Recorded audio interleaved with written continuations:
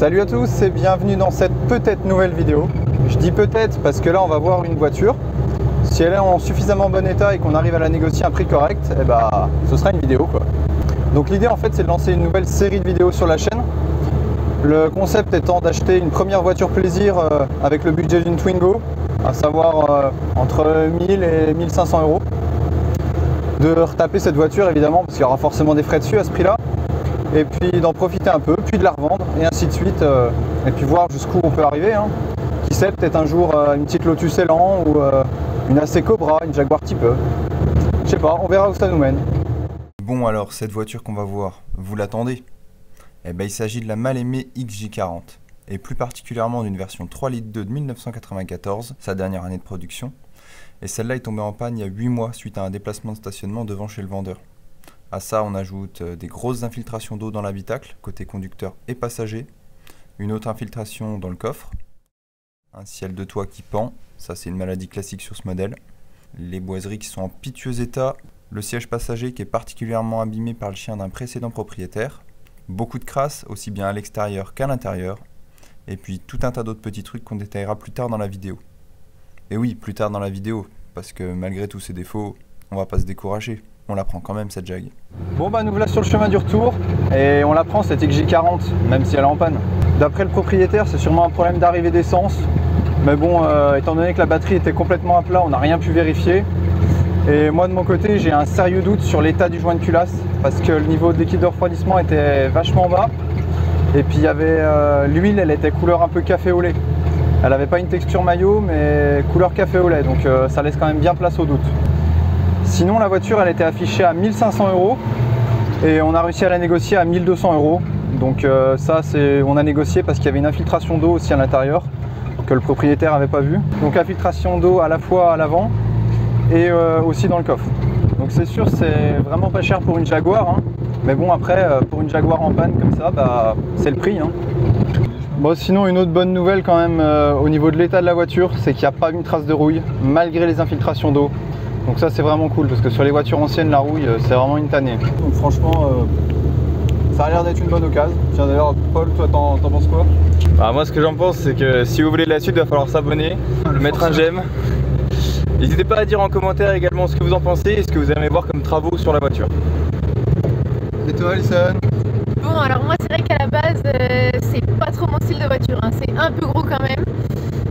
Mais c'est vrai qu'après l'avoir vu, Jaguar quand même, j'adhère. Bon, Polo là, il fait le malin, mais en vrai, le joint de culasse, ça le fait un peu flipper quand même. C'est vrai.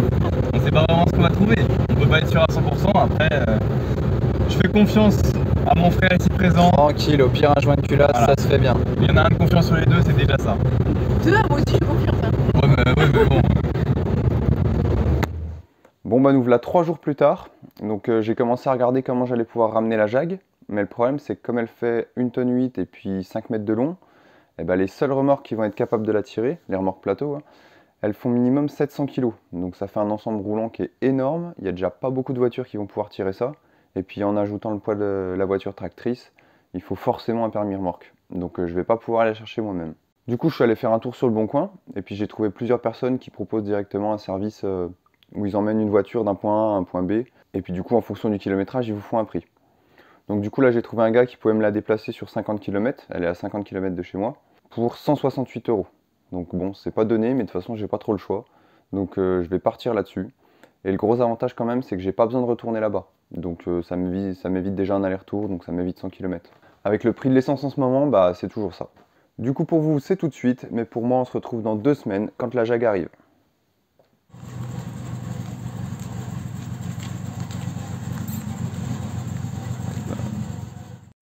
Ah, ça fait plaisir qu'elle soit enfin à la maison.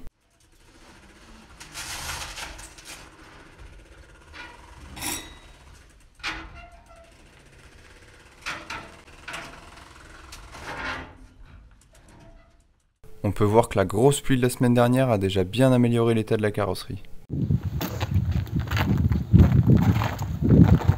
Petit tour des défauts, et il y en a beaucoup. Alors on va commencer par l'avant. Ici là le pare-choc, bon bah il est mal aligné, il y a dû y avoir un choc. D'ailleurs on voit que là le cache-phare il bouge aussi.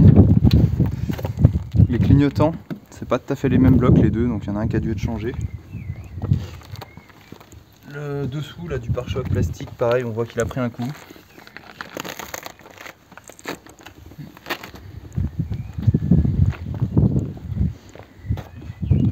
Les jantes, elles ont la peinture qui saute par endroits. Les bas de caisse par contre sont sains, ça c'est vraiment cool. La portière avant est royale. Par contre, on a un peu de mal à ouvrir la portière arrière. Donc les deux portières arrière même, et peut-être la passager, je sais plus.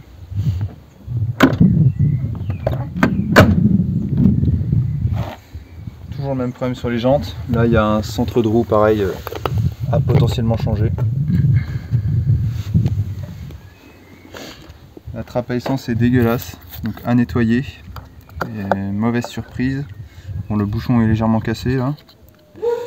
Et dedans là on voit quelque chose et pour moi ça sent pas assez fort l'essence pour que ce soit de l'essence. Donc sûrement de l'eau quand on voit la rouille autour.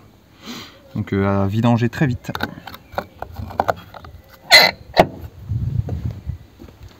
Quand on continue là le pare-choc a un léger défaut d'alignement.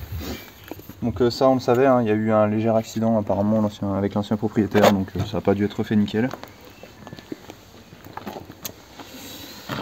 Il manque un logo là, on voit les traces, il a été enlevé, donc je sais pas exactement lequel c'était. Donc pareil à retrouver ça. Un léger poc sur le pare-choc ici. Présentateur. Le feu arrière. Attends. Le feu arrière là ouais. Qui a pris un petit coup. Putain ça va pas focus. D'ailleurs Voilà. ça se trouve l'eau elle entre dans le coffre juste par là. Hein. Oh. Non, je pense pas, elle resterait dans le phare. Hein. Ça dépend. Là, la petite Et puis surtout pour moi, elle plaque, rentre plus faudra la par repeindre. là-bas. Elle a des petits départs de rouille. Là, on voit bien les petits départs de rouille. Les vérins de coffre. Lâche sont le coffre. HS, complètement HS les vérins de coffre. Bon, à changer. Il y a l'option guillotine dessus. Il y a de l'humidité dans le coffre, beaucoup. Donc sûrement une infiltration. Je pense pas que ce soit les joints, ils ont l'air vraiment en bon état. Donc sûrement un côté réservoir. Donc ça pourrait venir de l'antenne peut-être. Enfin bon, de toute façon on va tout enlever pour trouver. C'est vrai qu'à mon avis ça vient du bord de réservoir. Attention les doigts. Bon,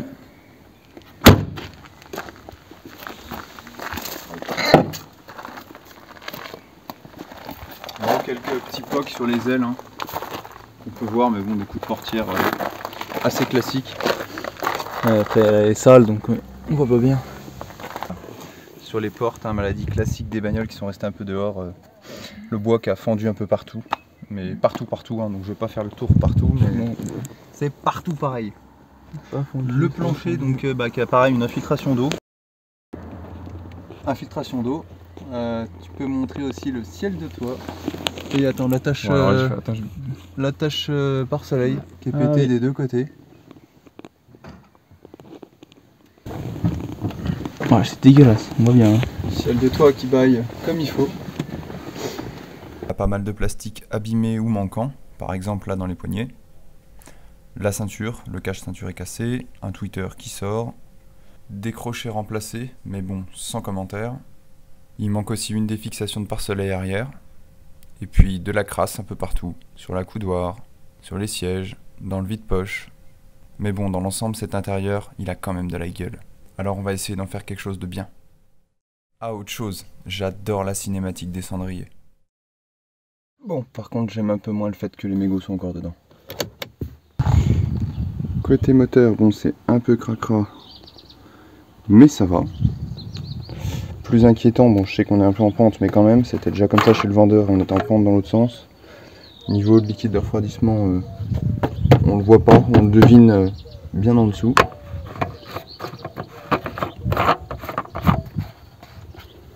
Quand on regarde la jauge d'huile, elle me paraît un peu claire. En plus de ça, quand on regarde ici, bon bah là on a de l'huile qui est clairement couleur café au lait. Donc l'hypothèse du joint de culasse c'est fort envisageable. Et sinon côté moteur, étant donné qu'on n'a pas réussi à le démarrer, bah pour l'instant c'est tout ce qu'on sait au niveau des défauts. Si, le lendemain j'en ai trouvé un autre. Et c'est probablement ce qui explique notre manque de liquide de refroidissement. Bon allez, on se retrouve dans la prochaine vidéo pour essayer de ranimer cette mémère. En attendant, grosse pensée à tous les trophistes qui sont sur le retour. J'espère que vous vous êtes éclatés, mais que vous n'avez pas éclaté la 4L.